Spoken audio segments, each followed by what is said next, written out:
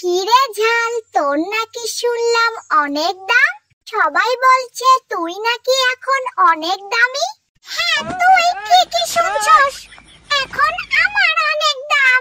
মানুষ এখন আমাকে নেয়ার জন্য লাইন দিয়ে দাঁড়িয়ে থাকে। বলিস কি তুই? তাহলে তুই এখন এত দামি হয়ে গেছিস যে মানুষ তোকে নেয়ার জন্য লাইন দিয়ে দাঁড়িয়ে থাকে?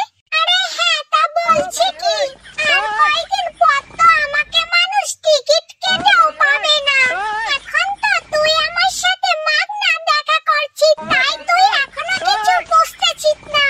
আর কয়েকদিন পর তোকেও আমার সাথে দেখা করতে হলে টিকিট কাটতে হবে।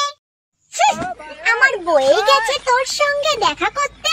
তুই কি এমন হয়ে গেছিস যে তোকে দেখার জন্য আমাকে টিকিট কাটতে হবে?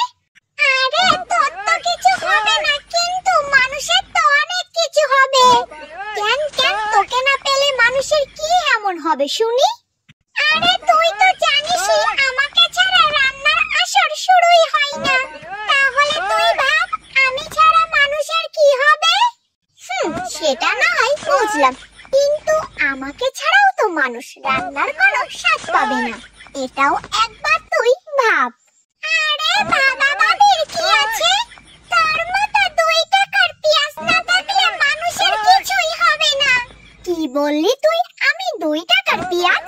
তুই কিন্তু ভুলে যাস না যে আমিও একসময় তোর মতো দামি ছিলাম। আরে তখন তো মানুষ বুঝতো, এজন্য তোর মতো 1 টাকা থেকে মানুষ দাম দিয়ে কিনতো। এখন তুই না থাকলে মানুষের কিছুই তেমন হবে না। কি আমি গাধা? আমি 2 টাকার পেঁয়াজ? আমি না থাকলে মানুষের কিছুই হবে না? হ্যাঁ, আমি তো ঠিকই বলেছি। তোর মতো 2 টাকার পেঁয়াজ না থাকলে মানুষের কিছুই হবে না। ঝাল, তুই কিন্তু বেশি বাড়াবাড়ি করছিস। আরে বাড়াবাড়ি তো তুই কিছুই দেখিসনি, কেবল তো শুরু। তোর মতো 2 টাকার পেঁয়াজকে আমি গুনি না। ঝাল, তোকে ধরে কিন্তু এখন আমি উদাম কেলাবো। কি এত বড় কথা?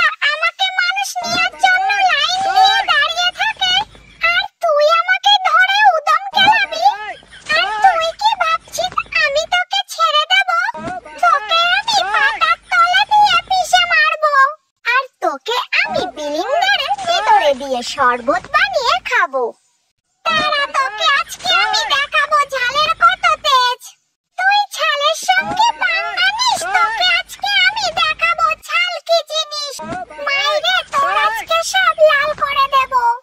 আই তুই, তোরেও আজকে আমি দেখাবো পেঁয়াজের কত তেজ। দাঁড়া তুই, তোকে মেরে আজ তোর ভিতর